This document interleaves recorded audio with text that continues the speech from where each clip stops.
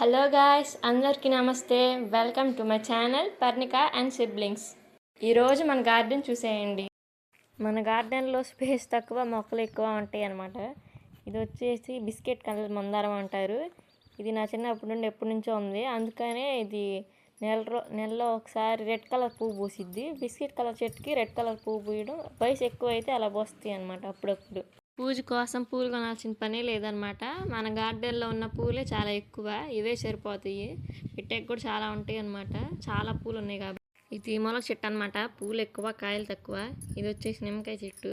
మా నాన్న ఇష్టంగా పెంచుకున్న నిమ్మకాయ చెట్టు అనమాట. ఏ కూరలోకైనా నిమ్మకాయ కావాలి, పద్దాడు కొంటాం ఎందుకని ఇంటికాడ పెంచుతున్నాడు అనమాట. ఇక్కడ వచ్చేసి చిన్న కనకాంబరాల మొక్కలు ఉన్నాయి. అక్కడెక్కడ ఒక 4 అవి అప్పుడప్పుడు పూలు పోస్తాయి. ఇది వచ్చేసి రేడియం మందారం అంటారు, మీ సైడ్ ఏమంటారు? రెడ్ కలర్లో ముద్ద మందారంలా పోస్తాయి, కానీ ముద్ద మందారం కాదు, రేడియం మందారం అంటారు. పింకిష్ రెడ్ కలర్లో ఉండిద్ది. ఇది వచ్చేసి తీగ మల్లి అనమాట. అక్కడ వెళ్ళిపోయింది కదా, అది జామ మొక్క, ఒక చిన్న మామిడి మొక్క. ఈ మొక్కలన్నీ కొనుక్కొచ్చినవి కాదు, పాతినవి కాదనమాట, అయ్యే పడిపోల్చినవి. ఈ చామంతి మొక్కలు ఒక 2, 3 ఉన్నాయి. ఏందో చెట్టు ఎండిపోతుంది కానీ పూలు బాగానే పోస్తున్నాయి. అక్కడక్కడ ఒక 4 చామంతి మొక్కలు కూడా ఉన్నాయి అనమాట. ఇక మోస్ట్ మ్యాండేటరీ కరివేపాకు మొక్క అనమాట. ఎక్కడైనా ఉండాల్సిందే, ఏ కూరలో అయినా ఉండాల్సిందే. ఇది ఇంకో మామిడి మొక్క, అది చిన్నది ఇందాక చూపించింది. ఇది పెద్ద మామిడికాయ మొక్క. ఎండాకాలంలో పడేసిన మామిడి బొర్రలు అనమాట ఇవన్నీ. ఇది వచ్చేసి మన పప్పాయి మొక్క. ఇది కూడా పడేసిందే అనమాట, విత్తనాలు జిమ్మినప్పుడు మొలిచింది.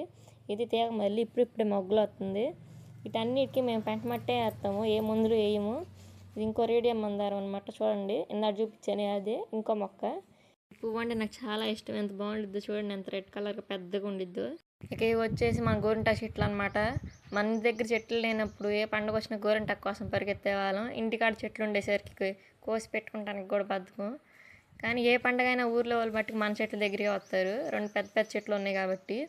గోరింటాకు చెట్లు ముదిరిపోయినప్పుడల్లా ఎరగదీస్తూ ఉండాలి, లేకపోతే ముదిరిపోయి ఇంకా పుయ్యం అనమాట ఆకులు. అందుకని ఎరగదీస్తూ ఉంటే మళ్ళీ వస్తా ఇంత పెద్ద చెట్లు అయినాయి. దీన్ని గన్నేరు అంటారు, తెల్ల గన్నేరు మొక్క. కార్తీక మాసంలో శివుడికి చాలా ఇష్టంగా పెడతారు. ఈ పూలు అంటే చాలా ఇష్టం శివుడికి. ఏంటో ఈ చెట్టు చూడండి, ఒక్క ఆకు కూడా లేదు. పువ్వులు మట్టుకుంటే కానీ ఆకులు ఏంటో అసలు ఉండవు. ఇది మన కొబ్బరి మొక్క అనమాట. కొబ్బరి చెట్టే, చిన్న మొక్క. అప్పుడు ఈ మొలక చెట్టు ఊరంతా సరిపడా ములక్కాయలు కాసేది. ఇప్పుడు 2 కాయలు కూడా లేవు. కాస్తే అట్ట కాస్తే, లేకపోతే ఒక్క కాయ కూడా కాయవు అబ్బాయి చెట్లు. ఇప్పుడే పూత బింద పడుతుంది అనమాట. బాగా పెద్ద అయిపోయిందని రోడ్డు మీదకి వచ్చేసిందని నరికేశారు. అప్పుడు బాగా కాసాయి కాయలు. ఇప్పుడిప్పుడే పూత పింద వస్తున్నాయి అనమాట. సన్న దారాలు పడినాయి.